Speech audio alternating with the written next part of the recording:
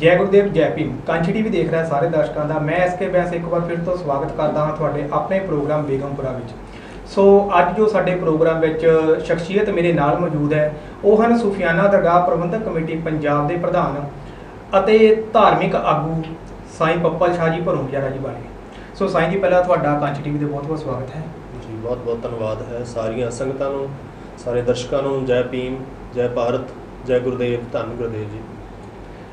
मैं इत्थे संगतां नूं एक गल दसणी चाहांगा कि साईं जी उन्हां वल्लों हमेशा ही जदों भी किते अपने समाज उत्ते कोई विपता पैंदी है तो उस समय भी इन्हां वल्लों मोहरे हो के ਜਿਹੜੀਆਂ उस विपता की घड़ी ਵਿੱਚ ਸੰਗਤਾਂ ਦਾ ਸਾਥ ਦਿੱਤਾ ਜਾਂਦਾ ਹੈ ਤੇ ਉਹਨਾਂ ਦਾ ਸੰਗਤਾਂ ਦੇ ਅੱਗੇ ਹੋ ਕੇ ਆਪ ਜਿਹੜੀ ਆ ਕਿਸੇ ਵੀ ਜਿਹੜੀ ਸਰਕਾਰਾਂ ਦੀਆਂ ਮਾੜੀਆਂ ਨੀਤੀਆਂ ਆ ਜਾਂ ਸਰਕਾਰਾਂ ਵੱਲੋਂ ਜਿਹੜੀਆਂ ਕੋਝੀਆਂ ਚਾਲਾਂ ਚੱਲੀਆਂ ਜਾਂਦੀਆਂ ਉਹਦੇ ਖਿਲਾਫ।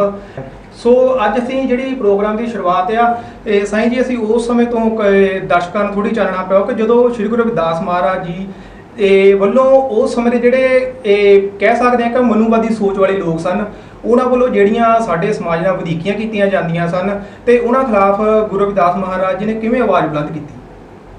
ਦੇਖੋ ਇਹ ਤਾਂ ਹੁਣ ਸਾਰਾ ਇਹ ਇਤਿਹਾਸ ਜਿਹੜਾ ਹੈ ਸੰਗਤ ਹੁਣ ਪੜ੍ਹ ਲਿਖ ਗਈ ਹੈ, ਉਹਨਾਂ ਨੂੰ ਵੀ ਪਤਾ ਹੈ ਕਿ 643 ਸਾਲ ਪਹਿਲਾਂ ਜੋ ਵਿਤਕਰੇ ਹੁੰਦੇ ਸੀ, ਜੋ ਭੇਦਭਾਵ ਹੁੰਦੇ ਸੀ ਊਚ ਨੀਚ ਦੇ, ਤੇ ਉਹ ਭੇਦਭਾਵ ਜਿਹੜੇ ਸੀਗੇ ਜਾਤਾਂ ਦੇ ਵਿੱਚ ਵਹਿਮਾਂ ਦੇ ਵਿੱਚ ਪਾ ਕੇ ਸੰਗਤਾਂ ਨੂੰ ਗੁੰਮਰਾਹ ਕੀਤਾ ਜਾਂਦਾ ਸੀ। ਉਹਨਾਂ 'ਤੇ ਇਸ ਤਰੀਕੇ ਦੀ ਜਿਹੜੇ ਕਾਨੂੰਨ ਜਿਹੜੇ ਸੀ ਮਨੂਵਾਦੀ ਲੋਕਾਂ ਨੇ ਆਪਣੇ ਬਣਾ ਲਏ ਸੀ ਕਿ ਆਪਣਾ ਕਾਨੂੰਨ ਬਣਾ ਕੇ ਜਿਹੜਾ ਸੀ ਲੋਕਾਂ ਨੂੰ ਦਬਾਇਆ ਜਾਂਦਾ ਸੀ ਕਿ ਜਿਨ੍ਹਾਂ ਨੂੰ ਨੀਚ ਜਾਤੀ ਆਖ ਕੇ ਉਹਨਾਂ ਦੇ ਜਿਹੜੇ ਘਰ ਵੀ ਜਿਹੜੇ ਹੁੰਦੇ ਸੀ ਉਹ ਲਹਿੰਦੇ ਵਾਲੇ ਪਾਸੇ ਕਰ ਦਿੱਤੇ ਸੀ। ਅਤੇ ਜੇਕਰ ਉਹਨਾਂ ਦਾ ਪਰਛਾਵਾਂ ਵੀ ਆਉਂਦਾ ਸੀ ਤਾਂ ਜਿਹੜਾ ਉਹ ਕਹਿੰਦੇ ਸੀ ਇਹ ਭਿੱਟ ਗਿਆ। ਕਿ ਮਨੂਵਾਦੀਆਂ ਨੇ ਇਸ ਤਰੀਕੇ ਦੇ ਨਾਲ ਕਿ ਇਹ ਬੰਦਾ ਹੁਣ ਗੰਗਾ 'ਤੇ ਜਾ ਕੇ ਨਹਾਵੇ ਅਤੇ ਤਾਂ ਹੀ ਪਵਿੱਤਰ ਹੋ ਸਕਦਾ, ਕਿਉਂਕਿ ਬੜੀਆਂ ਹੀ ਉਹ ਜਿਹੀਆਂ ਚਾਲਾਂ ਸੀ ਉਹਨਾਂ ਦੀਆਂ। ਅਤੇ ਤਾਂ ਜੋ ਇਹਨਾਂ ਨੂੰ ਦਬਾ ਕੇ ਇਹਨਾਂ ਨੂੰ ਗਿਆਨ ਤੋਂ ਵਾਂਝੇ ਕਰਨਾ, ਕਿਉਂਕਿ ਉਸ ਵੇਲੇ ਨਾ ਤਾਂ ਮੰਦਰ ਜਾ ਸਕਦੇ ਸੀ, ਨਾ ਕਿਸੇ ਸਕੂਲ ਜਾਂ ਪਾਠਸ਼ਾਲਾ ਵਿੱਚ ਜਾ ਸਕਦੇ ਸੀ, ਕਿਉਂਕਿ ਇਹਨਾਂ ਨੂੰ ਇਹ ਜਿਹੜਾ ਗਿਆਨ ਸੀ ਇੱਥੋਂ ਹੀ ਮਿਲ ਸਕਦਾ ਸੀ। ਉਹਨਾਂ ਨੇ ਗਿਆਨ ਤੋਂ ਪਹਿਲਾਂ ਵਾਂਝੇ ਕੀਤਾ ਕਿ ਇਹ ਅਨਪੜ੍ਹ ਰਹਿਣਗੇ ਤਾਂ ਜੋ ਇਹਨਾਂ ਦੇ ਕੋਲ ਗਿਆਨ ਨਹੀਂ ਹੋਊਗਾ। ਜੋ ਗਿਆਨ ਹੋਊਗਾ ਤਾਂ ਸਾਡੇ ਖਿਲਾਫ ਬਗਾਵਤ ਕਰਨਗੇ, ਆਵਾਜ਼ ਬੁਲੰਦ ਕਰਨਗੇ। ਪਰ ਉਹੀ ਗੱਲ ਜਿਹੜੀ ਸੀਗੀ ਫਿਰ ਗੁਰੂ ਮਹਾਰਾਜ ਨੇ ਜਦੋਂ ਅਵਤਾਰ ਲਿਆ ਤਾਂ ਉਹਨਾਂ ਨੇ ਆ ਕੇ ਜਿਹੜਾ ਹੈ ਸਾਡੇ ਹੱਕਾਂ ਦੇ ਵਿੱਚ ਆ ਕੇ ਆਵਾਜ਼ ਬੁਲੰਦ ਕੀਤੀ। ਉਹਨਾਂ ਨੇ ਸੱਚ ਦਾ ਬਿਗਲ ਵਜਾਇਆ। ਉਹ ਸੰਖ ਜਿਹੜਾ ਵਜਾਇਆ ਸੀ ਉਹ ਸੱਚ ਦਾ ਬਿਗਲ ਸੀ ਕਿ ਦੁਨੀਆ ਨੂੰ ਜਗਾਉਣ ਵਾਸਤੇ ਉਹਨਾਂ ਨੇ ਉਸ ਸੰਖ ਇਹ ਪਰੰਪਰਾ ਸ਼ੁਰੂ ਕੀਤੀ ਵੀ ਨਾਮ ਜਪਣ ਦਾ ਸਭ ਨੂੰ ਅਧਿਕਾਰ ਆ ਅਤੇ ਹਰ ਇੱਕ ਨੂੰ ਅਧਿਕਾਰ ਜਿਹੜਾ ਹੈ ਪੜ੍ਹਨ ਦਾ ਅਧਿਕਾਰ ਵੀ ਸਾਰਿਆਂ ਨੂੰ ਹੋਣਾ ਚਾਹੀਦਾ। ਫਿਰ ਉਸ ਤੋਂ ਜਿਹੜੀ ਸੀ ਮਨੂਵਾਦੀ ਲੋਕਾਂ ਨੂੰ ਜਿਹੜੀ ਸੀ ਉਹਨਾਂ ਦੀ ਜਿਹੜੀ ਗੱਲ ਜਿਹੜੀ ਸੀ ਬਿਲਕੁਲ ਚੰਗੀ ਨਹੀਂ ਸੀ ਲੱਗਦੀ। ਫਿਰ ਉਹਨਾਂ ਨੇ ਗੁਰੂ ਮਹਾਰਾਜ ਨੂੰ ਵੀ ਦਬਾਉਣ ਦੀ ਕੋਸ਼ਿਸ਼ ਕੀਤੀ, ਪਰ ਗੁਰੂ ਮਹਾਰਾਜ ਕਦੇ ਵੀ ਕਿਸੇ ਦੇ ਅੱਗੇ ਝੁਕੇ ਨਹੀਂ। ਸਗੋਂ ਉਸ ਸਮੇਂ ਦੇ 45 ਰਾਜੇ ਅਤੇ 7 ਰਾਣੀਆਂ ਜਿਹੜੇ ਸੀ ਉਸ ਸਮੇਂ ਦੇ ਉਹਨਾਂ ਦੇ ਸ਼ਰਧਾਲੂ ਬਣੇ। ਅਤੇ ਅੱਜ ਤਾਂ ਪੂਰੀ ਦੁਨੀਆ ਦੇ ਵਿੱਚ ਕੋਨੇ ਕੋਨੇ ਦੇ ਵਿੱਚ ਉਹਨਾਂ ਦੇ ਕਰੋੜਾਂ ਹੀ ਸ਼ਰਧਾਲੂ ਨੇ ਔਰ ਉਹਨਾਂ ਦੇ ਮਿਸ਼ਨ ਪ੍ਰਤੀ ਜਿਹੜਾ ਹੈ ਹੁਣ ਜਾਗਰੂਕਤਾ ਹੋ ਗਈ ਹੈ ਅਤੇ ਜਿੱਥੇ ਤੱਕ ਹਜੇ ਨਹੀਂ ਪਹੁੰਚ ਸਕੀ ਉੱਥੇ ਲਈ ਉਪਰਾਲੇ ਜਾਰੀ ਨੇ। ਸੋ ਜਿਸ ਤਰ੍ਹਾਂ ਸਾਈਂ ਹੁਣੀ ਵੀ ਗੱਲ ਕੀਤੀ ਕਿ ਜਿਹੜੀ ਸਾਡੇ ਰਹਿਬਰਾਂ ਦੀ ਜਾਂ ਸਤਿਗੁਰੂ ਰਵਿਦਾਸ ਮਹਾਰਾਜ ਉਹਨਾਂ ਦੀ ਕੁਰਬਾਨੀ ਆ ਉਹਦੇ ਕਰਕੇ ਸ਼ਾਇਦ ਅਸੀਂ ਅੱਜ ਇਸ ਯੋਗ ਹੋਏ ਹਾਂ ਕਿ ਅਸੀਂ ਸੰਸਾਰ ਵਿੱਚ ਸਿਰ ਉੱਚਾ ਕਰਕੇ ਤੁਰ ਫਿਰ ਸਕਦੇ ਹਾਂ ਅਤੇ ਵਿਦੇਸ਼ਾਂ ਦੇ ਵਿੱਚ ਵੀ ਸਾਡੇ ਜਿਹੜੇ ਭੈਣ ਭਰਾ ਉਹ ਬੈਠੇ ਆ। ਅਤੇ ਇੱਕ ਗੱਲ ਇੱਥੇ ਹੋਰ ਇੱਕ ਬਹੁਤ ਵੱਡੀ ਗੱਲ ਹੁੰਦੀ ਕਿ ਜਿਸ ਤਰ੍ਹਾਂ ਹੁਣ ਕਰੋਨਾ ਚੱਲ ਰਿਹਾ, ਮੈਂ ਇੱਕ ਉਦਾਹਰਨ ਦੇਣੀ ਚਾਹਾਂਗਾ ਕਿ ਜਿਸ ਤਰ੍ਹਾਂ ਕਰੋਨਾ ਵਿੱਚ ਆਪਣੀ ਸੇਫਟੀ ਲਈ ਜਿਹੜਾ ਪ੍ਰਸ਼ਾਸਨ ਵੱਲੋਂ ਇੱਕ ਮਾਸਕ ਲਗਾਉਣ ਲਈ ਆਪਾਂ ਨੂੰ ਕਿਹਾ ਗਿਆ ਆ, ਬਟ ਆਪਾਂ ਫਿਰ ਵੀ ਕਿਤੇ ਨਾ ਕਿਤੇ ਉਹਨੂੰ ਲਗਾਉਣ ਤੋਂ ਪਰਹੇਜ਼ ਕਰਦੇ ਹਾਂ ਜ਼ਿਆਦਾਤਰ ਜਿਹੜੀ ਗੱਲ ਦੇਖੀ ਜਾਂਦੀ ਹੈ। ਪਰ ਉਹ ਸਮਾਂ ਸੋਚ ਕੇ ਮੱਲੋ ਮੱਲੀ ਅੱਖਾਂ ਵਿੱਚ ਹੰਝੂ ਆਉਂਦੇ ਕਿ ਸਾਡੇ ਲੋਕਾਂ ਨੂੰ ਜਿਸ ਸਮੇਂ ਆਪਾਂ ਬਾਹਰ ਆਉਂਦੇ ਸੀ ਤਾਂ ਉਹਨਾਂ ਦੇ ਗਲਾਂ ਵਿੱਚ ਕੁੱਜੇ, ਉਹਨਾਂ ਦੇ ਪੈਰ ਪਿੱਛੇ ਆਪਣੇ ਪਿਛਲੇ ਪਾਸੇ ਝਾੜੂ ਬੰਨ੍ਹਣਾ। ਸੋ ਕਿੱਦਾਂ ਦੇ ਉਹ ਹਾਲਾਤ ਸੀਗੇ ਅਤੇ ਕਿੱਦਾਂ ਦੇ ਹਾਲਾਤਾਂ ਵਿੱਚੋਂ ਨਿਕਲ ਕੇ ਅੱਜ ਅਸੀਂ ਉਸ ਜ਼ਿੰਦਗੀ ਵਿੱਚ ਆਏ ਹਾਂ। ਨਾਲ ਹੀ ਸਾਈਂ ਜੀ ਇੱਕ ਬਹੁਤ ਹੀ ਸੁਰੀਲੇ ਸਿੰਗਰ ਵੀ ਹੈ ਅਤੇ ਇਹਨਾਂ ਵੱਲੋਂ ਗੁਰੂ ਮਹਾਰਾਜ ਜੀ ਦੇ ਸ਼ਬਦਾਂ ਦੀਆਂ ਵੀਡੀਓ ਤੁਸੀਂ YouTube 'ਤੇ ਦੇਖ ਸਕਦੇ ਹੋ ਅਤੇ ਇੱਕ ਓਫੀਸ਼ੀਅਲ ਸੌਂਗ ਵੀ ਆ ਚੁੱਕਾ ਹੈ ਸਤਿਗੁਰ। ਸਾਈਂ ਜੀ ਪਹਿਲਾਂ ਜਿਹੜਾ ਸੌਂਗ ਆਇਆ ਸੀ ਧਾਰਮਿਕ ਸੌਂਗ ਸ਼੍ਰੀ ਗੁਰੂ ਰਵਿਦਾਸ ਮਹਾਰਾਜ ਜੀ ਦੇ ਸਤਿਗੁਰ ਜਿਹੜੇ ਸੌਂਗ ਦਾ ਨਾਮ ਆ ਉਹਦੇ ਬਾਰੇ ਕੋਈ ਦਰਸ਼ਕਾਂ ਨੂੰ ਜਾਣਕਾਰੀ ਦਿਓ। ਜੀ ਸਤਿਗੁਰ ਸ਼ਬਦ ਜਿਹੜਾ ਸੀਗਾ ਉਹ ਗੁਰੂ ਮਹਾਰਾਜ ਦੇ ਆਉਣ ਦੀ ਉਡੀਕ ਦੇ ਵਿੱਚ, ਜਿਸ ਤਰ੍ਹਾਂ ਆਪਾਂ ਕੋਈ ਵੀ ਰੂਹ ਜਿਹੜੀ ਹੈ ਆਪਾਂ ਕਹਿੰਦੇ ਨਾ ਘਰ ਦੇ ਵਿੱਚ ਕੋਈ ਮਹਿਮਾਨ ਆਉਣਾ ਅਤੇ ਅਕਸਰ ਕਾਂ ਬੋਲਦਾ ਹੈ ਕੋਠੇ ਦੇ ਉੱਤੇ ਅਤੇ ਸਾਨੂੰ ਲੱਗਦਾ ਵੀ ਘਰ ਦੇ ਵਿੱਚ ਕਿਸੇ ਮਹਿਮਾਨ ਨੇ ਆਉਣਾ। ਅਤੇ ਐਸੀ ਰੂਹ ਜਿਹਦੀ ਪਰਮਾਤਮਾ ਨਾਲ ਲੱਗਣ ਲੱਗੀ ਹੁੰਦੀ ਹੈ ਅਤੇ ਜਦੋਂ ਉਹ रूह ਨੂੰ ਇੱਕ ਸੁਨੇਹਾ ਮਿਲਦਾ ਹੈ। ਉਹ ਕਾਂ ਜਦੋਂ ਬਨੇਰੇ ਉੱਤੇ ਬੋਲਦਾ ਹੈ ਤੇ ਉਹ ਰੂਹ ਜਿਹੜੀ ਆਪਣੀ ਮਾਂ ਦੇ ਨਾਲ ਇਹ ਗੱਲ ਸਾਂਝੀ ਕਰਦੀ ਹੈ ਕਿ ਮਾਂ ਅੱਜ ਕੋਠੇ ਤੇ ਬਨੇਰੇ ਦੇ ਉੱਪਰ ਕਾਂ ਬੋਲ ਰਿਹਾ, ਮੈਨੂੰ ਅੱਜ ਇੱਦਾਂ ਲੱਗਦਾ ਹੈ ਕਿ ਜਿੱਦਾਂ ਅੱਜ ਮੇਰੇ ਸਤਿਗੁਰ ਜ਼ਰੂਰ ਘਰ ਦੇ ਵਿੱਚ ਆਉਣਗੇ। ਤੇ ਉਹ ਜਿਹੜੇ ਬੋਲ ਸੀ ਇਸ ਤਰੀਕੇ ਦੇ ਨਾਲ ਸੀ ਕਿ ਬੋਲਦਾ ਬਨੇਰੇ ਉੱਤੇ ਕਾਨੀ ਮਾਏ ਮੇਰੀਏ, ਬੋਲਦਾ ਬਨੇਰੇ ਉੱਤੇ ਕਾਨੀ ਮਾਏ ਮੇਰੀਏ, ਅੱਜ ਮੇਰੇ ਸਤਿਗੁਰ ਆਉਣਗੇ ਜ਼ਰੂਰ, ਆਉਣਗੇ ਜ਼ਰੂਰ, ਆਉਣਗੇ ਜ਼ਰੂਰ, ਆਉਣਗੇ ਜ਼ਰੂਰ, ਆਉਣਗੇ ਜ਼ਰੂਰ। ਕੋਠੇ ਉੱਤੇ ਬੋਲਦਾ ਏ ਕਾਨੀ ਮਾਏ ਮੇਰੀਏ, ਅੱਜ ਮੇਰੇ ਸਤਿਗੁਰ ਆਉਣਗੇ ਜ਼ਰੂਰ। ਕਿਉਂਕਿ ਉਡੀਕ ਹੈ ਤਾਂ ਗਿਆ ਮਾਲਕ ਨੂੰ ਮਿਲਣ ਦੀ, ਸਤਿਗੁਰ ਦੇ ਆਉਣ ਦੀ ਉਡੀਕ ਹੈ। ਇਸ ਉਡੀਕ ਦੇ ਵਿੱਚ ਜਿਹੜਾ ਸ਼ਬਦ ਸੀਗਾ ਗੁਰੂ ਮਹਾਰਾਜ ਦੀ ਕਿਰਪਾ ਦੇ ਨਾਲ ਜਿਹੜਾ ਸੀ ਉਹ ਪਹਿਲਾ ਜਿਹੜਾ ਸੌਂਗ ਜਿਹੜਾ ਸ਼ਬਦ ਸੀਗਾ ਉਹ ਸੰਗਤਾਂ ਦੇ ਰੂਬਰੂ ਕੀਤਾ, ਜੋ ਸਤਿਗੁਰੂ ਮਹਾਰਾਜ ਦੇ ਗੁਰਪੁਰਬ ਦੇ ਉੱਤੇ ਰਿਲੀਜ਼ ਕੀਤਾ ਗਿਆ।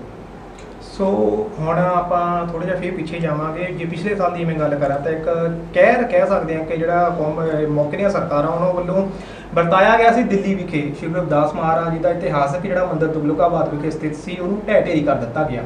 ਆਪਾਂ ਸਾਰਿਆਂ ਨੇ ਦੇਖਿਆ ਕਿ ਉਸ ਨੂੰ ਲੈ ਕੇ ਸੰਗਤਾਂ ਵਿੱਚ ਕਿੰਨਾ ਰੋਸ ਸੀ ਤੇ ਹਰ ਇੱਕ ਪਾਸੇ ਉਹਦਾ ਵਿਰੋਧ ਹੋ ਰਿਹਾ ਸੀ।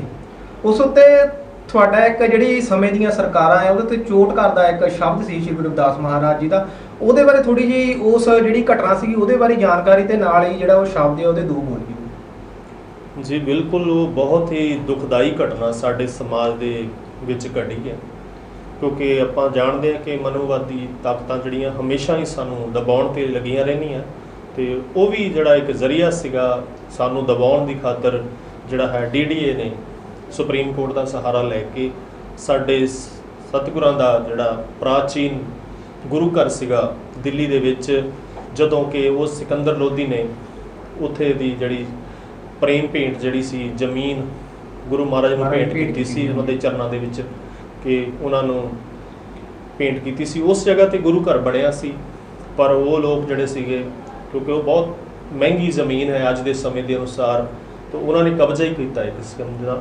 ਕਿਉਂਕਿ ਉਸ ਸਮੇਂ ਜਿਹੜੀ ਸਰਕਾਰ ਸੀਗੀ ਉਹਨੂੰ ਇੱਕ ਲਾਹਨਤ ਪਾਈ ਸੀ ਕਿ ਜੇ ਗੁਰੂ ਘਰ ਅਸੀਂ ਬਣਾ ਨਹੀਂ ਸਕਦੇ ਤਾਂ ਸਾਨੂੰ ਢਾਉਣ ਦਾ ਵੀ ਅਧਿਕਾਰ ਨਹੀਂ ਹੋਣਾ ਚਾਹੀਦਾ, ਕਿਉਂਕਿ ਉਹ ਇੱਕ ਇਤਿਹਾਸ ਦੇ ਵਿੱਚ ਇੱਕ ਖਾਸ ਜਗ੍ਹਾ ਰੱਖਦਾ ਹੈ। ਕਿਉਂਕਿ ਗੁਰੂ ਘਰ ਜਿੱਥੇ ਲੱਖਾਂ ਕਰੋੜਾਂ ਲੋਕਾਂ ਦੀ ਜਿਹੜੀ ਆ ਸ਼ਰਧਾ ਜੁੜੀ ਹੁੰਦੀ ਹੈ, ਆਸਥਾ ਜੁੜੀ ਹੁੰਦੀ ਹੈ, ਤੇ ਉਸ ਮੁਤਾਬਕ ਜਿਹੜਾ ਸੀ ਉਹ ਕਿ ਲਾਹਨਤ ਪਾਉਣ ਦੀ ਖਾਤਰ ਜਿਹੜਾ ਸੀ ਉਹ ਸ਼ਬਦ ਜਿਹੜਾ ਸੀ ਉਹ ਸੰਗਤਾਂ ਦੀ ਰੂਬਰੂ ਕੀਤਾ ਸੀ, ਜਿਹਨੂੰ ਸੰਗਤਾਂ ਨੇ ਬਹੁਤ ਉਤਸ਼ਾਹ ਦੇ ਨਾਲ ਜਿਹੜਾ ਹੈ ਉਹਦਾ ਰਿਸਪੌਂਸ ਮਿਲਿਆ ਕਿ ਵਾਕਈ ਸਾਡੀ ਦਿਲ ਦੀਆਂ ਭਾਵਨਾਵਾਂ ਸੀ, ਕਿਉਂਕਿ ਹਰ ਸੰਗਤ ਦੇ ਜਿਹੜੇ ਦਿਲ ਨੂੰ ਠੇਸ ਪਹੁੰਚੀ ਸੀ, ਹਿਰਦੇ ਬਲੁੰਦਰੇ ਗਏ ਸੀ। ਉਹ ਸ਼ਬਦ ਸੀ ਕਿ ਢਾਇਆ ਮੰਦਰ ਗੁਰਾਂ ਦਾ ਬੜੇ ਕਹਿਰ ਗੁਜ਼ਾਰੇ, ਤੇਰਾ ਬਹਿ ਜੇ ਬੇੜਾ ਜ਼ਾਲਮ ਸਰਕਾਰੇ, ਕਿ ਸਰਕਾਰ ਤੇਰਾ ਬੇੜਾ ਜਿਹੜਾ ਹੈ ਉਹ ਬੈਠ ਜਾਵੇ, ਕਿ ਤੁਸੀਂ ਬੜੇ ਕਹਿਰ ਕੀਤੇ ਨੇ। ਸੋ ਮੈਂ ਬੋਲ ਜਿਹੜਾ ਹੈ ਗਾ ਕੇ ਸਾਂਝੇ ਕਰਦਾ। ਢਾਇਆ ਮੰਦਰ ਗੁਰਾਂ ਦਾ ਬੜੇ ਕਹਿਰ ਗੁਜ਼ਾਰੇ,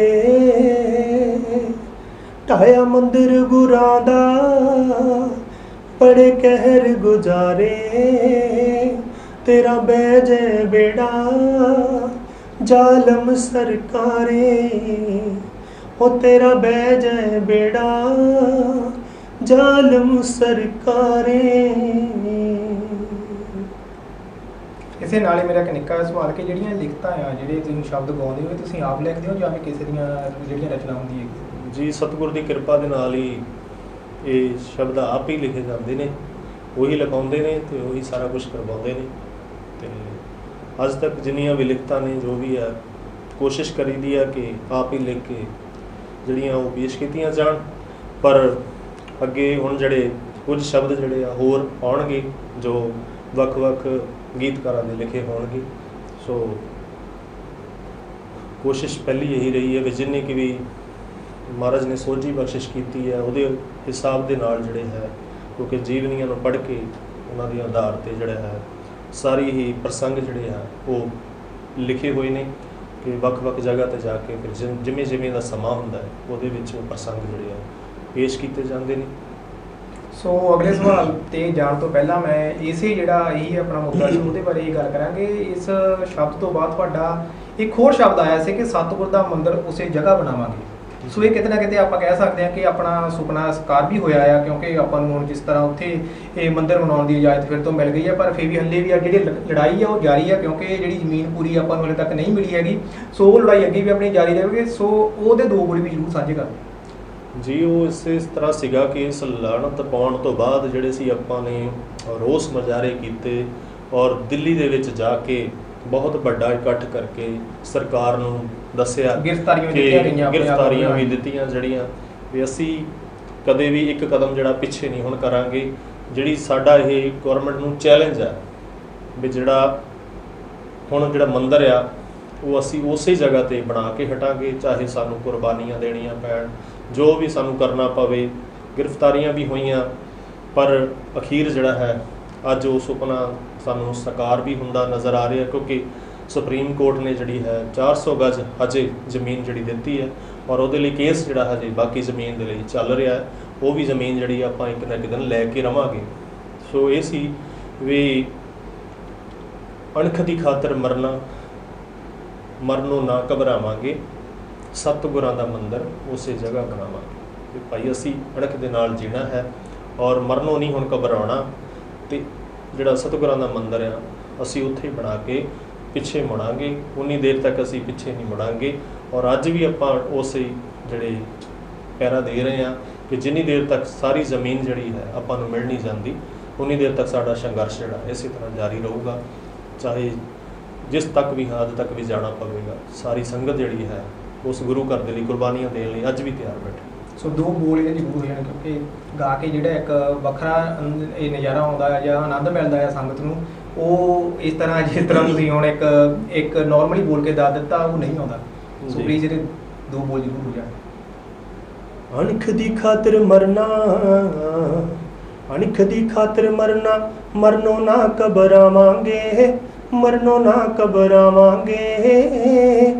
ਪਰ ਸਤਿਗੁਰਾਂ ਦਾ ਮੰਦਿਰ ਉਸੇ ਜਗ੍ਹਾ ਬਣਾਵਾਂਗੇ, ਸਤਿਗੁਰਾਂ ਦਾ ਮੰਦਿਰ ਉਸੇ ਜਗ੍ਹਾ ਬਣਾਵਾਂਗੇ। ਜਾਣ ਜਾਣ ਨਾ ਛੇੜੋ ਸਾਡੇ ਦਰਦ ਪੁਰਾਣੇ ਵੇ, ਜਾਣ ਜਾਣ ਨਾ ਛੇੜੋ ਸਾਡੇ ਦਰਦ ਪੁਰਾਣੇ ਵੇ।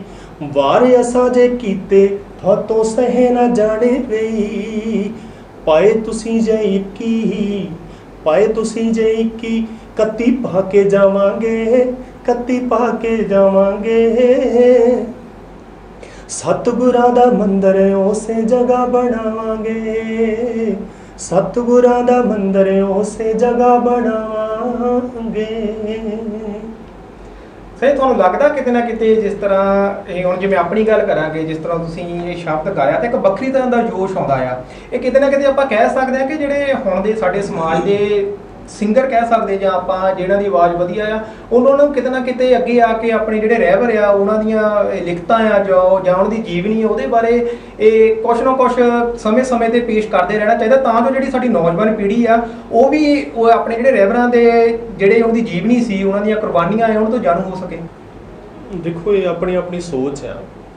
ਜਦੋਂ ਤੱਕ ਸਾਡੇ ਅੰਦਰ ਗੁਰੂ ਮਹਾਰਾਜ ਦੇ ਮਿਸ਼ਨ ਦਾ ਜਨੂਨ ਨਹੀਂ, ਉਨੀ ਦੇਰ ਤੱਕ ਕੁਝ ਨਹੀਂ ਹੋ ਸਕਦਾ। ਕਲਾਕਾਰ ਗੀਤ ਗਾਉਂਦੇ ਆ ਕਿਉਂਕਿ ਉਹਨਾਂ ਦਾ ਕਮਰਸ਼ੀਅਲ ਆ, ਉਹ ਕਮਰਸ਼ੀਅਲ ਤਰੀਕੇ ਦੇ ਨਾਲ ਪੇਸ਼ ਕਰਦੇ ਆ, ਪਰ ਜਿਹੜਾ ਮਿਸ਼ਨ ਹੈ ਇੱਕ ਜਨੂਨ ਹੈ ਅੰਦਰ। ਜਦ ਤੱਕ ਉਹ ਸਾਡੇ ਅੰਦਰ ਜਨੂਨ ਨਹੀਂ ਆ, ਅਸੀਂ ਖੁੱਲ੍ਹ ਕੇ ਆਪਣੇ ਮਹਾਰਾਜ ਦੀ ਗੱਲ ਨਹੀਂ ਕਰ ਸਕਦੇ, ਮਿਸ਼ਨ ਦੀ ਗੱਲ ਨਹੀਂ ਕਰ ਸਕਦੇ, ਕਿਉਂਕਿ ਉਹਨਾਂ ਨੂੰ ਬਾਕੀ ਪ੍ਰੋਗਰਾਮਾਂ ਦਾ ਵੀ ਥੋੜ੍ਹਾ ਹੁੰਦਾ ਵੀ ਸਾਨੂੰ ਜੇ ਅਸੀਂ ਜ਼ਿਆਦਾ ਖੁੱਲ੍ਹ ਕੇ ਕਰਾਂਗੇ ਤਾਂ ਹੋ ਸਕਦਾ ਸਾਨੂੰ ਬਾਕੀ ਪ੍ਰੋਗਰਾਮ ਇਸ ਕਰਕੇ ਵੀ ਹੋ ਸਕਦਾ ਹੈ, ਕਿਉਂਕਿ ਆਪਣੀ ਆਪਣੀ ਸੋਚ ਹੈ। ਤਾਂ ਪਰ ਜਦੋਂ ਅਸੀਂ ਮਹਾਰਾਜ ਦੇ ਮਿਸ਼ਨ ਦੇ ਲਈ ਚੱਲੇ ਹਾਂ ਤਾਂ ਫਿਰ ਸਾਨੂੰ ਕਿਸੇ ਤੋਂ ਡਰਨਾ ਨਹੀਂ ਚਾਹੀਦਾ, ਕਿਉਂਕਿ ਸਤਿਗੁਰਾਂ ਦੇ ਕਰਕੇ ਹੀ ਸਾਡਾ ਜੀਵਨ ਹੈ। ਜੇ ਅਸੀਂ ਉਹਨਾਂ ਲਈ ਨਹੀਂ ਦੋ ਬੋਲ ਸਕਦੇ ਤਾਂ ਫਿਰ ਸਾਡੇ ਬਾਕੀ ਗਾਇਕੀ ਦਾ ਵੀ ਕੀ ਫਾਇਦਾ। ਸੋ ਜਿਸ ਤਰ੍ਹਾਂ ਤੁਸੀਂ ਮੈਂ ਵੱਖ-ਵੱਖ YouTube ਤੇ ਤੁਹਾਡੀਆਂ ਵੀਡੀਓ ਵੀ ਦੇਖੀਆਂ, ਤੁਸੀਂ ਵੱਖ-ਵੱਖ ਥਾਵਾਂ ਤੇ ਜਿੱਥੇ ਰਹਿਬਰਾਂ ਦੇ ਜਨਮ ਦਿਹਾੜੇ ਮਨਾਏ ਜਾਂਦੇ ਆ ਜਾਂ ਹੋਰ ਕੋਈ ਜਿਹੜੇ ਸਮਾਗਮ ਕਰਵਾਏ ਜਾਂਦੇ, ਉਹਦੇ ਵਿੱਚ ਤੁਸੀਂ ਆਪਣੀ ਗਾਇਕੀ ਰਾਹੀਂ ਸੰਗਤਾਂ ਨੂੰ ਇਹ ਗੁਰੂ ਮਹਾਰਾਜ ਦੀ ਜੀਵਨੀ, ਆਪਣੇ ਰਹਿਬਰਾਂ ਦੇ ਜਿਹੜੀ ਕੁਰਬਾਨੀਆਂ ਉਹਨਾਂ ਨਾਲ ਜੋੜਦੇ ਹੋ। ਤੇ ਤੁਸੀਂ ਵਿਦੇਸ਼ ਵਿੱਚ ਵੀ ਗਏ ਹੋ, ਤੇ ਜੇ ਮੈਂ ਵਿਦੇਸ਼ ਦੀ ਤਾਂ ਇੱਥੋਂ ਦੀ ਸੰਗਤ ਦੀ ਗੱਲ ਕਰਾਂ ਤਾਂ ਕੋਈ ਵਖਰੇਵਾਂ ਤੁਹਾਨੂੰ ਲੱਗਿਆ ਉਹਦੇ ਵਿੱਚ? ਦੇਖੋ, ਵਖਰੇਵਾਂ ਇੱਦਾਂ ਵੀ ਉੱਥੇ ਸਮਾਂ ਬਹੁਤ ਘੱਟ ਹੈ, ਕਿਉਂਕਿ ਇਨਸਾਨ ਦੀ ਜ਼ਿੰਦਗੀ ਜਿਹੜੀ ਆ ਉੱਥੇ ਕੰਮਕਾਰ 'ਚ ਬਹੁਤ ਬਿਜ਼ੀ ਹੈ। ਸਾਰੇ ਸਿਰਫ ਸ਼ਨੀਵਾਰ ਜਾਂ ਐਤਵਾਰ ਉੱਥੇ ਟਾਈਮ ਮਿਲਦਾ ਹੈ ਗੁਰੂ ਮਹਾਰਾਜ ਦੇ ਗੁਰਪੁਰਬ ਦੇ ਲਈ, ਬਾਕੀ 5 ਦਿਨ ਤਾਂ ਲਗਾਤਾਰ ਕੰਮ ਹੀ ਕੰਮ ਹੁੰਦਾ। ਸੋ ਇਸ ਕਰਕੇ ਉਹਨਾਂ ਸੰਗਤਾਂ ਦੇ ਵਿੱਚ ਬਹੁਤ ਜ਼ਿਆਦਾ ਉਤਸ਼ਾਹ ਹੁੰਦਾ, ਕਿਉਂਕਿ ਕਾਫੀ ਸਮੇਂ ਬਾਅਦ ਉਹਨਾਂ ਨੂੰ ਇਹ ਜਿਹੜਾ ਮੌਕਾ ਮਿਲਦਾ। ਸਾਡੇ ਤਾਂ ਅਕਸਰ ਜਿਹੜੇ ਆ ਮੇਲੇ ਪ੍ਰੋਗਰਾਮ ਚੱਲਦੇ ਰਹਿੰਦੇ ਆ, ਇਸ ਕਰਕੇ ਉੱਧਰਲੀ ਸੰਗਤ ਦੇ ਵਿੱਚ ਬਹੁਤ ਜ਼ਿਆਦਾ ਉਤਸ਼ਾਹ ਹੁੰਦਾ ਸਾਡੀ ਸੰਗਤ ਦੇ ਨਾਲੋਂ। ਤੇ ਇੱਥੇ ਪ੍ਰੋਗਰਾਮ ਜ਼ਿਆਦਾ ਹੋਣ ਕਰਕੇ ਵੀ ਹੋ ਸਕਦਾ ਕਿ ਉਨਾ ਉਤਸ਼ਾਹ ਨਹੀਂ ਹੁੰਦਾ, ਪਰ ਉੱਧਰ ਬਹੁਤ ਜ਼ਿਆਦਾ ਉਤਸ਼ਾਹ ਹੁੰਦਾ ਔਰ ਉਹ ਬਹੁਤ ਹੀ ਬੜੀ ਹੀ ਤਵੱਜੋ ਦਿੰਦੇ ਨੇ, ਸਮਝਦੇ ਨੇ ਗੱਲ ਨੂੰ। ਔਰ ਸਾਡੇ ਸਿਰਫ 10-15 ਦਿਨ ਜਿਹੜੇ ਆ ਉਹਦੇ ਵਿੱਚ ਜ਼ੋਰ ਲੱਗ ਜਾਂਦਾ। ਉਸ ਤੋਂ ਬਾਅਦ ਗੁਰੂ ਘਰਾਂ ਨੂੰ ਜਿਹੜਾ ਹੈ ਦੁਬਾਰਾ ਖੋਲ੍ਹਿਆ ਨਹੀਂ ਜਾਂਦਾ, ਜਾਂ ਪ੍ਰਬੰਧਕ ਕਮੇਟੀਆਂ ਜਿਹੜੀਆਂ ਨੇ ਉਹਨਾਂ ਦਾ ਫਰਜ਼ ਬਣਦਾ ਹੈ। ਸੰਗਤਾਂ ਦੀ ਆਮਦ ਵੀ ਜਿਹੜੀ ਘਟ ਜਾਂਦੀ ਆ ਉਸ ਸਮੇਂ ਤੋਂ ਬਾਅਦ। ਵਜ੍ਹਾ ਇਹੀ ਹੈ ਕਿ ਜਿਹੜੇ ਪ੍ਰਬੰਧਕ ਕਮੇਟੀਆਂ ਉਹ ਵੀ ਸਿਰਫ ਉਨੇ ਕੁ ਸਮੇਂ ਲਈ ਅੱਗੇ ਆਉਂਦੀਆਂ, ਉਸ ਤੋਂ ਬਾਅਦ ਉਹ ਵੀ ਆਪਣੇ ਕੰਮਾਂ ਕਾਰਾਂ ਦੇ ਵਿੱਚ ਬਿਜ਼ੀ ਹੋ ਜਾਂਦੇ ਆ। ਜਦ ਕਿ ਸਾਨੂੰ ਮਿਸ਼ਨ ਦੇ ਲਈ ਸਾਡਾ ਜ਼ਰੂਰੀ ਹੈ ਕਿ ਸਾਲ ਦੇ ਵਿੱਚ 3-4 ਪ੍ਰੋਗਰਾਮ ਤਾਂ ਹਰ ਗੁਰੂ ਘਰ ਦੇ ਵਿੱਚ ਹੋਣੇ ਚਾਹੀਦੇ ਆ, ਕਿ 2 ਮਹੀਨੇ ਬਾਅਦ 3 ਮਹੀਨੇ ਬਾਅਦ ਕੋਈ ਨਾ ਕੋਈ ਸਤਸੰਗ ਹੁੰਦਾ ਰਹੇ, ਤਾਂ ਜੋ ਜਿਹੜਾ ਸੰਗਤ ਦੇ ਵਿੱਚ ਦੁਬਾਰਾ ਐਨਰਜੀ ਆਉਂਦੀ ਰਹਿੰਦੀ ਹੈ, ਤਾਂ ਜੋ ਮਿਸ਼ਨ ਦੀ ਗੱਲ ਜਿਹੜੀ ਆ ਉਹਨਾਂ ਦੇ ਕੰਨਾਂ ਦੇ ਵਿੱਚ ਗੂੰਜਦੀ ਰਹੇ। ਲੇਕਿਨ ਉਹ ਤਾਂ ਨਹੀਂ ਹੈ ਕਿ 15 ਕੁ ਦਿਨ 10 ਦਿਨ ਜਿਹੜਾ ਹੈ ਤੁਸੀਂ ਜ਼ਿਆਦਾ ਗੱਲ ਕਰ ਲਈ, ਉਸ ਤੋਂ ਬਾਅਦ ਫਿਰ ਜਿਹੜਾ ਹੈ ਉਹ ਮਿਸ਼ਨ ਠੰਡਾ ਪੈ ਜਾਂਦਾ। ਗੱਲ ਕੀਤੀ ਜਾਵੇ ਸ਼੍ਰੀ ਗੁਰੂ ਰਵਿਦਾਸ ਮਹਾਰਾਜ ਜੀ ਦੇ, ਜਿਹੜਾ ਮੇਨ ਉਹਨਾਂ ਦਾ ਮਕਸਦ ਸੀ, ਜਿਹੜਾ ਬਾਣੀ ਵਿੱਚ ਵੀ ਉਹਨੇ ਫਰਮਾਇਆ ਕਿ ਉਹ ਬੇਗਮਪੁਰਾ ਵਸਾਉਣਾ ਚਾਹੁੰਦੇ ਸੀ, ਜਿਸ ਤਰ੍ਹਾਂ ਸਾਡੇ ਪ੍ਰੋਗਰਾਮ ਦਾ ਨਾਮ ਵੀ ਬੇਗਮਪੁਰਾ। ਸੋ ਮੇਰਾ ਸਵਾਲ ਇਹ ਜ਼ਿਆਦਾਤਰ, ਕਿਉਂਕਿ ਬਣਦਾ ਵੀ ਆ ਇਹ ਸਵਾਲ, ਜੇ ਅਜੋਕੇ ਸਮੇਂ ਦੀ ਗੱਲ ਵੀ ਕੀਤੀ ਜਾਵੇ ਕਿ ਕਿਉਂ ਨਹੀਂ ਉਹਨਾਂ ਦੀਆਂ ਕੁਰਬਾਨੀਆਂ ਦੇ ਬਾਵਜੂਦ, ਉਹਨਾਂ ਤੋਂ ਬਾਅਦ ਡਾਕਟਰ ਭੀਮ ਰਾਓ ਅੰਬੇਦਕਰ ਜੀ ਹੁਣੀ ਆਏ, ਹੋਰ ਵੀ ਸਾਡੇ ਜਿਹੜੇ ਸਮਾਜ ਦੇ ਲੀਡਰ ਆਗੂ ਆ, ਉਹਨਾਂ ਨੇ ਕੁਰਬਾਨੀਆਂ ਦਿੱਤੀਆਂ, ਸੰਤਾਂ ਮਹਾਂਪੁਰਸ਼ਾਂ ਨੇ ਕੁਰਬਾਨੀਆਂ ਦਿੱਤੀਆਂ, ਪਰ ਫਿਰ ਵੀ ਕਿਤੇ ਨਾ ਕਿਤੇ ਜਿਹੜਾ ਉਹਨਾਂ ਦਾ ਸੁਪਨਾ ਆ ਹਾਲੇ ਤੱਕ ਵੀ ਸਾਕਾਰ ਨਹੀਂ ਹੋ ਸਕੇ। ਇਹਦਾ ਮੁੱਖ ਕਾਰਨ ਕੀ ਮੰਨਦੇ ਹੋ ਤੁਸੀਂ? ਦੇਖੋ, ਬੇਗਮਪੁਰਾ ਸ਼ਹਿਰ ਕੋ ਨਾਉ, ਦੁਖ ਅੰਦੋ ਨਹੀਂ ਤੈ ਠਾਉ, ਨਾ ਤਸਵੀਸ ਕੇ ਰਾਸ ਨਾ ਮਾਲ, ਖੌਫ ਨਾ ਖਤਾ ਨਾ ਤਰਸ ਜਵਾਲ। ਸਤਿਗੁਰ ਮਹਾਰਾਜ ਦਾ ਸੁਪਨਾ, ਬੇਗਮਪੁਰੇ ਦਾ ਸੰਕਲਪ, ਬੇਗਮਪੁਰਾ ਜਿਹੜਾ ਹੈ, ਸਤਿਗੁਰ ਮਹਾਰਾਜ ਨੇ ਪ੍ਰਮਾਣ ਕੀਤਾ ਕਿ ਮੈਂ ਉਸ ਸ਼ਹਿਰ ਦਾ ਵਾਸੀ ਹਾਂ ਜਿੱਥੇ ਕੋਈ ਗਮ ਨਹੀਂ, ਕੋਈ ਕਿਸੇ ਤਰ੍ਹਾਂ ਦਾ ਟੈਕਸ ਨਹੀਂ, ਜਿੱਥੇ ਦਾ ਬਾਦਸ਼ਾਹ ਸਦਾ ਹੀ ਬਾਦਸ਼ਾਹ ਹੈ, ਨਾ ਗੱਦੀ ਤੋਂ ਲਹਿੰਦਾ ਤੇ ਨਾ ਗੱਦੀ ਤੇ ਫਿਰ ਦੁਬਾਰਾ ਉੱਤੇ ਕੋਈ ਬੈਠ ਸਕਦਾ। ਉਸ ਸ਼ਹਿਰ ਦੀ ਗੱਲ ਕੀਤੀ ਹੈ। ਗੁਰੂ ਮਹਾਰਾਜ ਨੇ ਕਿਹਾ ਕਿ ਉਹ ਸ਼ਹਿਰ ਐਸਾ ਹੈ ਜਿੱਥੇ ਹਮੇਸ਼ਾ ਚੜ੍ਹਦੀ ਕਲਾ ਹੀ ਹੁੰਦੀ ਹੈ, ਢਹਿੰਦੀ ਕਲਾ ਕਦੇ ਨਹੀਂ ਹੁੰਦੀ। ਆਪਾਂ ਇਸ ਸਮਾਜ ਵਿੱਚ ਦੇਖਦੇ ਹਾਂ, ਕਿਸੇ ਦਿਨ ਚੜ੍ਹਦੀ ਕਲਾ ਹੁੰਦੀ ਹੈ, ਕਿਸੇ ਦਿਨ ਢਹਿੰਦੀ ਕਲਾ ਹੁੰਦੀ ਹੈ, ਪਰ ਉੱਥੇ ਉਸ ਸ਼ਹਿਰ ਦੇ ਵਾਸੀ ਹੋਣ ਦੇ ਲਈ ਸਾਨੂੰ ਆਪਣੀਆਂ ਇੱਛਾਵਾਂ ਨੂੰ ਵੀ ਖਤਮ ਕਰਨਾ ਪਵੇਗਾ ਔਰ ਸਾਨੂੰ ਪਰਮਾਤਮਾ ਦੀ ਬੰਦਗੀ ਕਰਕੇ ਉੱਥੇ ਤੱਕ ਪਹੁੰਚ ਸਕਦੇ ਹਾਂ। ਸੋ ਜਿਹੜਾ ਸਿਰਫ ਰਾਜ ਦੀ ਗੱਲ ਕੀਤੀ ਹੈ ਉਹਨਾਂ ਨੇ, ਐਸਾ ਚਾਹੂੰ ਰਾਜ ਮੈਂ ਜਹਾਂ ਮਿਲੇ ਸਬਨ ਕੋ, ਛੋਟ ਬੜੇ ਸਭ ਸੰਬਸੇ ਰਵਿਦਾਸ ਰਹੇ ਪ੍ਰਸੰਨ। ਐਸੇ ਰਾਜ ਦੀ ਕਲਪਨਾ ਕੀਤੀ ਹੈ, ਉਹ ਰਾਜ ਵਸਾ ਸਕਦੇ ਆ। ਬੇਗਮਪੁਰਾ ਜਿਹੜਾ ਹੈ ਉਹ ਤੁਸੀਂ ਅੰਦਰੂਨੀ ਤੌਰ ਤੇ ਵਸਾ ਸਕਦੇ ਆ। ਆਪਣੇ ਆਪ ਨੂੰ ਤਾਂ ਉਸ 'ਤੇ ਤੁਸੀਂ ਵਾਸੀ ਕਰ ਸਕਦੇ ਆ, ਕਿਸੇ ਦੂਸਰੇ ਨੂੰ ਉਹਨਾਂ ਕਰਨਾ ਸੌਖਾ ਨਹੀਂ, ਕਿਉਂਕਿ ਤੁਸੀਂ ਆਪਣੀਆਂ ਇੱਛਾਵਾਂ ਖਤਮ ਕਰ ਸਕਦੇ ਆ। ਜੇ ਆਪਣੀ ਘਰਵਾਲੀ ਦੀਆਂ ਇੱਛਾਵਾਂ ਨਹੀਂ ਖਤਮ ਕਰ ਸਕਦੇ, ਆਪਣੇ ਬੱਚਿਆਂ ਦੀਆਂ ਇੱਛਾਵਾਂ ਨਹੀਂ ਖਤਮ ਕਰ ਸਕਦੇ, ਕਿਉਂਕਿ ਉਹਨਾਂ ਨੇ ਜੋ ਕੁਝ ਕਰਨਾ ਹੈ ਉਹਨਾਂ ਨੇ ਕਰਨਾ। ਲੇਕਿਨ ਤੁਸੀਂ ਕੋਸ਼ਿਸ਼ ਕਰ ਸਕਦੇ ਆ ਕਿ ਉਹ ਵੀ ਤੁਹਾਡੇ ਵਰਗੇ ਹੋ ਜਾਣ, ਪਰ ਇਹ ਕਰਨਾ ਬਹੁਤ ਮੁਸ਼ਕਿਲ ਹੈ। ਇਹ ਤਾਂ ਕੀਤਾ ਜਾ ਸਕਦਾ ਜੇ ਇੱਕ ਦੀ ਗੱਲ ਦੂਸਰਾ ਮੰਨੇ। ਜਦੋਂ ਤੱਕ ਅਸੀਂ ਇੱਕ ਦੂਸਰੇ ਦੀ ਗੱਲ ਨਹੀਂ ਮੰਨਾਂਗੇ ਤਾਂ ਅਸੀਂ ਕਿਸੇ ਵਰਗੇ ਨਹੀਂ ਹੋ ਸਕਦੇ। ਉਹ ਸੰਤਾਂ ਮਹਾਂਪੁਰਸ਼ਾਂ ਦੇ ਕੋਲ ਸਿਰਫ ਬੈਠਣ ਦੇ ਨਾਲ ਹੀ ਕੁਝ ਪ੍ਰਾਪਤ ਨਹੀਂ ਹੋਣਾ, ਜਦੋਂ ਤੱਕ ਅਸੀਂ ਉਹਨਾਂ ਦੀ ਕਹੀ ਹੋਈ ਗੱਲ ਨੂੰ ਲੈ ਕੇ ਨਹੀਂ ਤੁਰਾਂਗੇ। ਗੁਰੂ ਮਹਾਰਾਜ ਦੀ ਗੱਲ ਨੂੰ ਲੈ ਕੇ ਤੁਰਦੇ ਹਾਂ ਲੇਕਿਨ ਕਰਦੇ ਨਹੀਂ। ਜਦੋਂ ਅਸੀਂ ਕਰਨਾ ਸ਼ੁਰੂ ਕਰਾਂਗੇ ਗੁਰੂ ਮਹਾਰਾਜ ਦੀ ਤਰ੍ਹਾਂ ਆਪਣੀਆਂ ਇੱਛਾਵਾਂ, ਕਿਉਂਕਿ ਉਹਨਾਂ ਨੇ ਥੋੜ੍ਹੀ ਜਿਹੜੀ ਜਗ੍ਹਾ ਦੇ ਵਿੱਚ ਵੀ ਬੈਠ ਕੇ ਉਹਨਾਂ ਨੇ ਪੂਰੀ ਦੁਨੀਆ ਦੇ ਵਿੱਚ ਆਪਣੇ ਮੈਸੇਜ ਨੂੰ ਪਹੁੰਚਾ ਦਿੱਤਾ। ਤੇ ਅੱਜ ਤਾਂ ਬਹੁਤ ਵੱਡੇ ਵੱਡੇ ਅਸਥਾਨ ਬਣ ਗਏ ਨੇ, ਫਿਰ ਵੀ ਸਾਡੇ ਕੋਲ ਉਹ ਜਿਹੜੀ ਗੱਲ ਹੈ ਅਧੂਰੀ ਜਾਪਦੀ ਹੈ, ਕਿਉਂਕਿ ਅਸੀਂ ਉਸ ਮੈਸੇਜ ਵੱਲ ਨਹੀਂ ਜਾਂਦੇ। ਕਿਉਂਕਿ ਸਾਡਾ ਸੁਨੇਹਾ ਜਿਹੜਾ ਸਤਿਗੁਰੂ ਮਹਾਰਾਜ ਨੇ ਦਿੱਤਾ ਸੀ, ਉਹਨਾਂ ਨੇ ਸਾਨੂੰ ਜਿਹੜਾ ਸੁਨੇਹਾ ਦਿੱਤਾ ਹੈ ਉਹ ਸਿਰਫ ਇਹ ਨਹੀਂ ਹੈ ਕਿ ਸੋਹਣੇ ਮੰਦਰ ਮਹਿਲ ਮਕਾਨ ਬਣਾ ਕੇ ਅਸੀਂ ਕਿਸੇ ਵੱਡੀ ਜਗ੍ਹਾ ਦੀ ਦੂਸਰੀ ਕਰ ਸਕਦੇ ਹਾਂ, ਪਰ ਉਹਨਾਂ ਨੇ ਕੁਲੀਆਂ ਦੇ ਵਿੱਚ ਰਹਿ ਕੇ, ਝੁੱਗੀ ਦੇ ਵਿੱਚ ਰਹਿ ਕੇ ਵੀ ਜਿਹੜਾ ਰਾਜੇ ਮਹਾਰਾਜਿਆਂ ਨੂੰ ਉਪਦੇਸ਼ ਦਿੱਤਾ। ਉਸ ਸਮੇਂ ਪਹਿਲਾਂ ਵੀ ਮੈਂ ਗੱਲ ਕੀਤੀ ਕਿ 45 ਰਾਜੇ ਤੇ 7 ਰਾਣੀਆਂ ਉਸ ਵੇਲੇ ਉਹਨਾਂ ਦੇ ਸ਼ਰਧਾਲੂ ਬਣੇ। ਅੱਜ ਤਾਂ ਇੱਕ ਵੀ ਰਾਜਾ ਜਿਹੜਾ ਕਿਸੇ ਡੇਰੇ ਤੇ ਆਉਣ ਲੱਗ ਜਾਵੇ ਤਾਂ ਉਹ ਫੁੱਲੇ ਨਹੀਂ ਸਮਾਉਂਦੇ, ਪਰ ਉਸ ਸਮੇਂ ਸਤਿਗੁਰੂ ਮਹਾਰਾਜ ਤੇ ਕਿੱਡੀ ਉਹਨਾਂ ਨੇ ਸਾਡੇ ਤੇ ਕਿਰਪਾ ਕੀਤੀ ਹੈ, ਐਸੀਆਂ ਐਸੀਆਂ ਸ਼ਕਤੀਆਂ ਨੂੰ ਝੁਕਾ ਲਿਆ। ਇਹ ਤਾਂ ਹੀ ਝੁਕਾਇਆ ਜਾ ਸਕਦਾ ਜਦੋਂ ਤੁਸੀਂ ਅੰਦਰੋਂ ਜਿਹੜਾ ਹੈ ਮਜ਼ਬੂਤ ਹੋ ਜਾਓਗੇ, ਆਪਣੇ ਆਪ ਨੂੰ ਮਜ਼ਬੂਤ ਕਰ ਲਓਗੇ। ਫਿਰ ਹਰਾ ਨਹੀਂ ਸਕਦੀ, ਕਿਉਂਕਿ ਸੱਚ ਨੂੰ ਕੋਈ ਹਰਾ ਨਹੀਂ ਸਕਦਾ। ਸੱਚ ਕਦੇ ਝੁਕਦਾ ਨਹੀਂ, ਸੱਚ ਕਦੇ ਲੁਕਦਾ ਨਹੀਂ। ਇੱਕ ਨਾ ਇੱਕ ਦਿਨ ਸੱਚ ਦੀ ਹੀ ਜਿੱਤ ਹੋਣੀ ਹੈ, ਤੇ ਸਾਨੂੰ ਇਹੀ ਚਾਹੀਦਾ ਕਿ ਅਸੀਂ ਵੱਧ ਤੋਂ ਵੱਧ ਸਾਰਿਆਂ ਦੇ ਨਾਲ ਪ੍ਰੇਮ ਪਿਆਰ ਦੀ ਭਾਵਨਾ ਦੇ ਨਾਲ, ਕਿਸੇ ਦੇ ਨਾਲ ਬੈਰ ਵਿਰੋਧ ਨਾ ਕਰੀਏ, ਪਿਆਰ ਦੇ ਨਾਲ ਰਹੀਏ, ਫਿਰ ਹੀ ਬੇਗਮਪੁਰਾ ਹੈ। ਕਿਉਂਕਿ ਉੱਥੇ ਫਿਰ ਗਮ ਨਹੀਂ ਹੋਏਗਾ। ਜਿੱਥੇ ਗਮ ਪੈਦਾ ਹੁੰਦਾ ਫਿਰ ਉੱਥੇ ਬੇਗਮਪੁਰਾ ਨਹੀਂ ਬਸ ਸਕਦਾ। ਸੋ ਰਹਿਬਰਾਂ ਦੀ ਜਿਹੜੀ ਸਾਡੀ ਰਹਿਬਰ ਸਾਡੇ ਲਈ ਕੁਰਬਾਨੀਆਂ ਕਰਕੇ ਗਏ ਆ, ਉਹਨਾਂ ਦੀ ਜੇ ਗਾਥਾ ਆਪਾਂ ਪਾਉਣੀ ਸ਼ੁਰੂ ਕਰਦੇ ਤਾਂ ਮੈਨੂੰ ਲੱਗਦਾ ਕਿ ਇਹ ਸਮਾਂ ਥੋੜ੍ਹਾ ਪੈ ਜਾਵੇਗਾ। ਪਰ ਜੇ ਮੈਂ ਗੱਲ ਕਰਾਂ, ਤੁਹਾਡਾ ਇੱਕ ਸ਼ਬਦ ਆਇਆ ਸੀ ਜਿਹੜਾ ਰਹਿਬਰਾਂ ਦਾ ਮਿਸ਼ਨ ਹੈ ਉਹ ਘਰ ਘਰ ਪਹੁੰਚਾਉਣਾ ਆ, ਸੋ ਉਹਦੇ 2 ਸ਼ਬਦ ਜ਼ਰੂਰ ਹੋ ਜਾਣ। ਉਹ ਸ਼ਬਦ ਸੀ, ਕਰਨੀ ਹੱਕਾਂ ਦੀ ਰਾਖੀ, ਕਰਨੀ ਹੱਕਾਂ ਦੀ ਰਾਖੀ, ਅਣਖ ਦੇ ਨਾਲ ਜਿਉਣਾ ਆ, ਅਣਖ ਦੇ ਨਾਲ ਜਿਉਣਾ ਆ, ਸਤਿਗੁਰਾਂ ਦਾ ਮਿਸ਼ਨ ਵੀ ਘਰ ਘਰ ਵਿੱਚ ਪਹੁੰਚਾਉਣਾ ਆ, ਸਤਿਗੁਰਾਂ ਦਾ ਮਿਸ਼ਨ ਵੀ ਘਰ ਘਰ ਵਿੱਚ ਪਹੁੰਚਾਉਣਾ ਆ। ਬੇਗਮਪੁਰੇ ਦਾ ਹੋਕਾ ਸਤਿਗੁਰ ਦੇ ਗਏ ਸਾਨੂੰ ਜੀ, ਹੱਕ ਬਰਾਬਰ ਵਾਲੇ ਲੈ ਕੇ ਦੇ ਗਏ ਸਾਨੂੰ ਜੀ, ਉੱਚ ਨੀਚ ਦਾ ਰਹਿੰਦਾ ਜਿਹੜਾ ਫਰਕ ਮਿਟਾਉਣਾ ਆ, ਆਪਾਂ ਫਰਕ ਮਿਟਾਉਣਾ ਆ, ਸਤਿਗੁਰਾਂ ਦਾ ਮਿਸ਼ਨ ਵੀ ਘਰ ਘਰ ਵਿੱਚ ਪਹੁੰਚਾਉਣਾ ਆ। ਭੀਮ ਰਾਓ ਤੇ ਗੁਰੂ ਰਵਿਦਾਸ ਨੂੰ ਕਦੇ ਭੁਲਾਇਓ ਨਾ, ਆਉਣ ਮੁਸੀਬਤਾਂ ਲੱਖਾਂ ਪਿੱਛੇ ਪੈਰ ਹਟਾਇਓ ਨਾ, ਸਾਥੀਓ ਜੇਕਰ ਆਪਣਾ ਤੁਸੀਂ ਰਾਜ ਲਿਆਉਣਾ ਆ, ਆਪਣਾ ਰਾਜ ਲਿਆਉਣਾ ਆ, ਸਤਿਗੁਰਾਂ ਦਾ ਮਿਸ਼ਨ ਵੀ ਘਰ ਘਰ ਵਿੱਚ ਪਹੁੰਚਾਉਣਾ ਆ, ਬਾਬਾ ਸਾਹਿਬ ਦਾ ਮਿਸ਼ਨ ਵੀ ਘਰ ਘਰ ਵਿੱਚ ਪਹੁੰਚਾਉਣਾ ਆ।